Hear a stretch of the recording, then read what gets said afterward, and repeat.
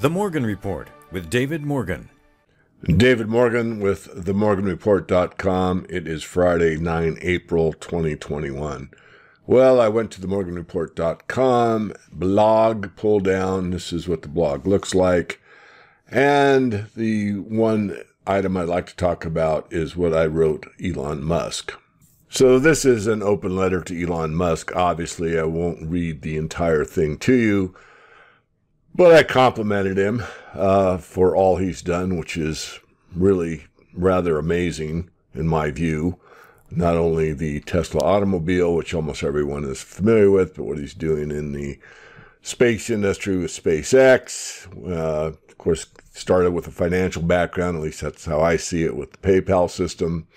And so I reference all that stuff. And then I talk about all the pioneering changes that I just mentioned. And then I talk about digitizing silver and gold as a means of final payment. And I bring that to his attention. But beyond that, I'd really like to talk about something else. Here I talk about accepting payments for your products with digital silver, be it in the solar panels, vehicles, SpaceX, or what have you. And I want to emphasize this a bit because right now, the way the system is set up in the silver world is that most of your silver users, in fact, there is or was a Silver Users Association that was band together to pretty much get direct access to silver from the refinery so that they basically had first dibs on each silver that came out in 999 form.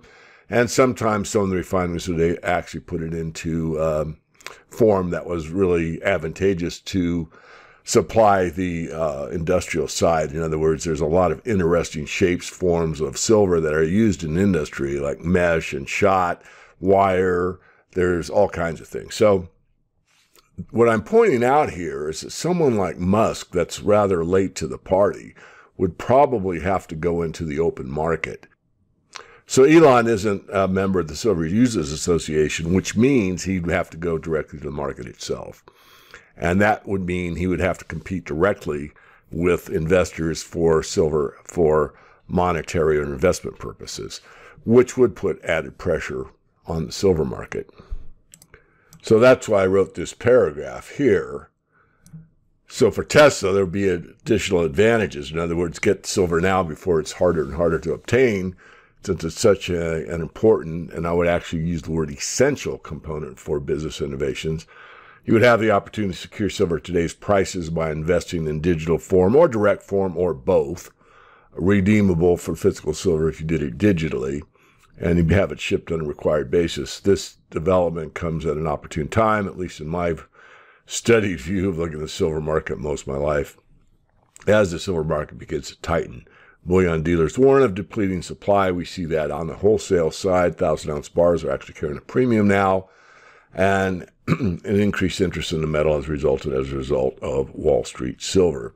So it is a word of the wise. Do I expect to get a reply from Elon Musk? No, I do not. Will I? Perhaps. I doubt it. But nonetheless, it is something to contemplate, especially with the push toward the green energy, which of course is more solar, more wind, more hydro, all the things that are considered to be clean energy, and that will continue. So finally, a bit of a plug if you're interested in learning more about the project. Over here on the blog page is this link, hard link here, that you can click and learn more about the load program.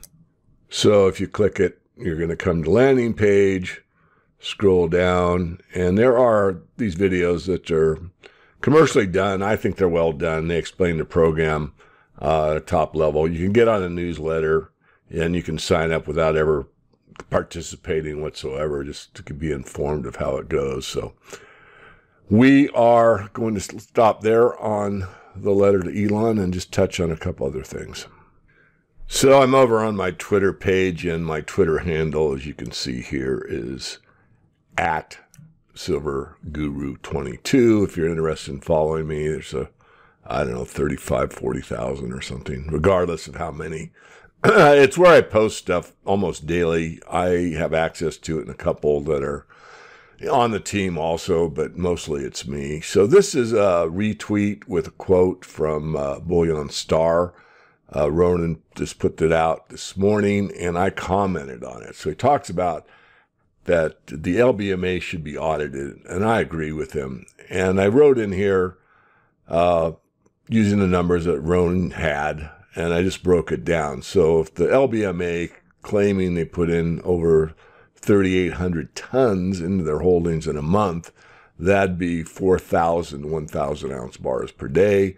Using 8 hours a day, that would be 500 1,000-ounce bars per hour. Think about that. Could you stack that many, let alone, write down the serial number, book it, check it? You're supposed, bailment, which I'm not saying that the LBMA or the COMEX does a bailment procedure, but some of the private vaults that I consider to be worthwhile storage facilities that are superior to some of the other storage facilities, have a bailment program. You can actually look that up, but it's rather involved. You take the bar, you check it for hallmark weight, you double check the weight, check the purity.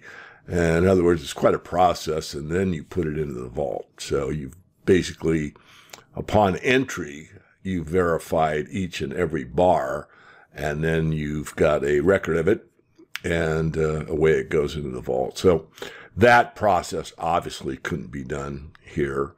And I'm not saying it didn't happen. I'm just questioning whether it could happen, and I'm agreeing with Ronan that certainly it should be looked into, or at least thought about.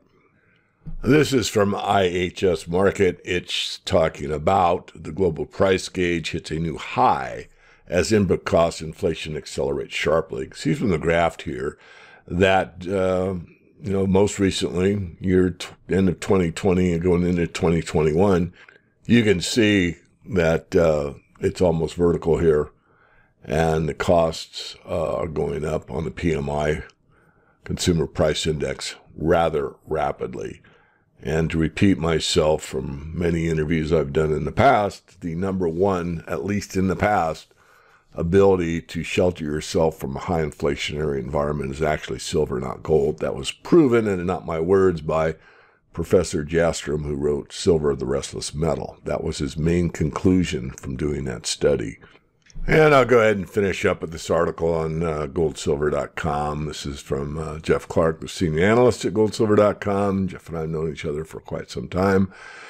Gold and silver in Q1, soaring yields, pressure prices, and Jeff writes, and this is actually interesting to me, I didn't know it, that gold fell 10.6%, I knew that, to about $1,700 per ounce. Believe it or not, this is what I didn't know, it was gold's worst first quarter of any year since 1982.